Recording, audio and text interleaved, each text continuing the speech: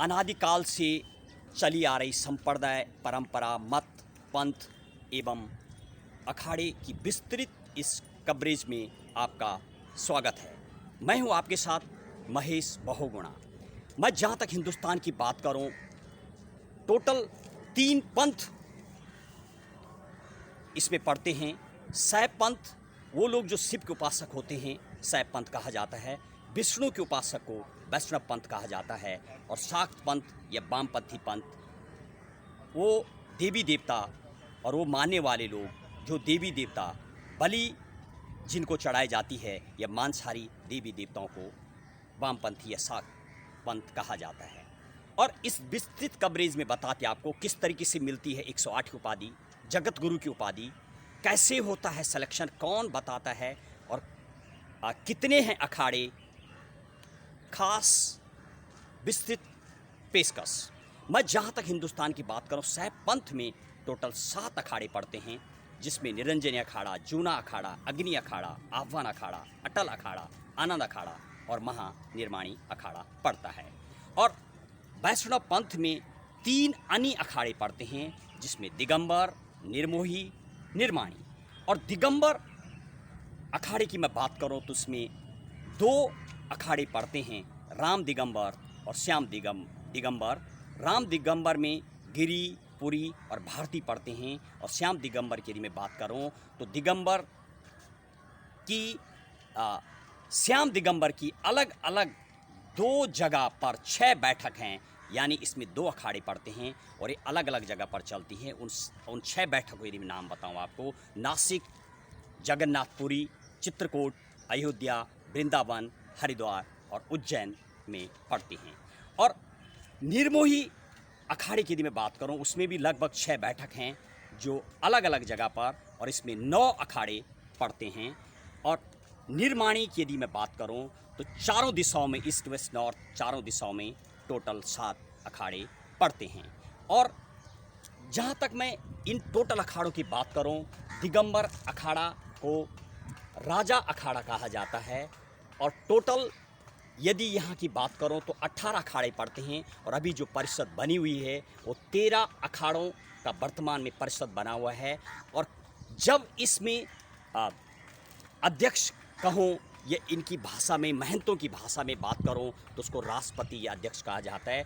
प्रत्येक 13 अखाड़ों से 2-2 मेंबर उस में पुरानी परंपरा समर्थन हाथ खड़े करके उससे उनका चुनाव होता है। और जहाँ तक मैं निर्माणी की बात करूँ, 7 अखाड़े, और निर्मोही में 9 अखाड़े और दिगंबर में 2 अखाड़े हैं। वर्तमान में 13 अखाड़ों का परिषद बना हुआ है। और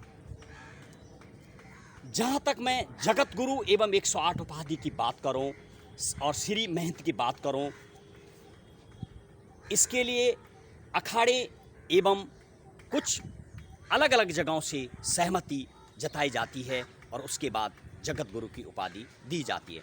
जहाँ तक मैं अभी वर्तमान की बात करूँ, अपने विधायिका, कार्यपालिका या जुडिशली, ये तमाम चीज़ों की यदि मैं बात करूँ तो शायद इस तरीके से उपाधियाँ दी जाती है जब से बीजेपी सेंटर में आई है, कहीं ना कहीं इनको भी शायद बैकअप मिला है।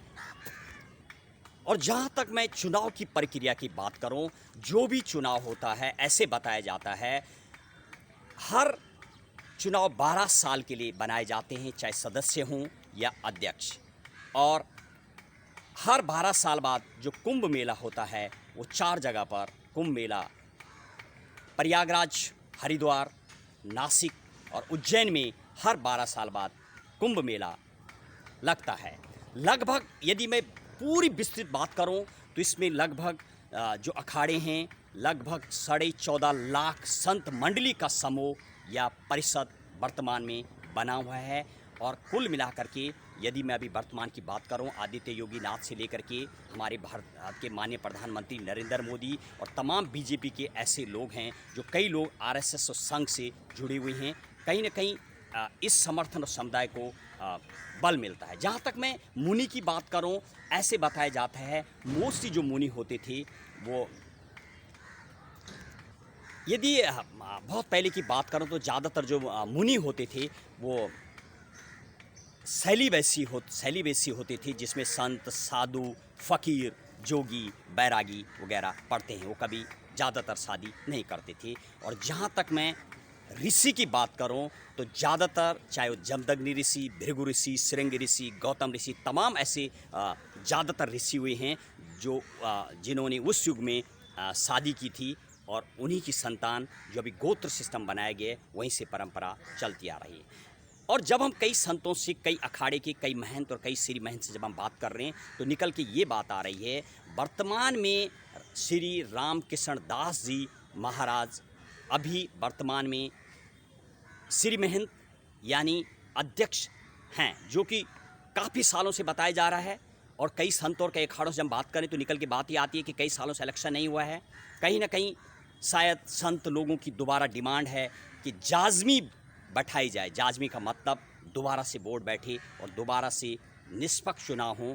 कहीं ना कहीं ऐसा लगता है मानो शायद इन अखाड़ों को और इनमें भी कहीं ना कहीं सरकार के लोग होते हैं बैकअप में बने हुए, जो कि इस तरीके से शायद कई साल से अभी महाराज रामकृष्ण दास जी बने हुए हैं, जिनको कि कई संत अवैध भी मान रहे हैं, क्योंकि कई सालों से अभी चुनाव प्रक्रिया संपन्न नहीं हुई है। और मेरी विस्तृत कवरेज और मेरे ट्रेनिंग यूनिट के सहयोगी तमाम राधे किशन, मिसबा उल हक, योगेंद्र वाजपेयी, समीक्षा पांडे के साथ मेरी विस्तृत कवरेज। जय हिंद, जय भारत।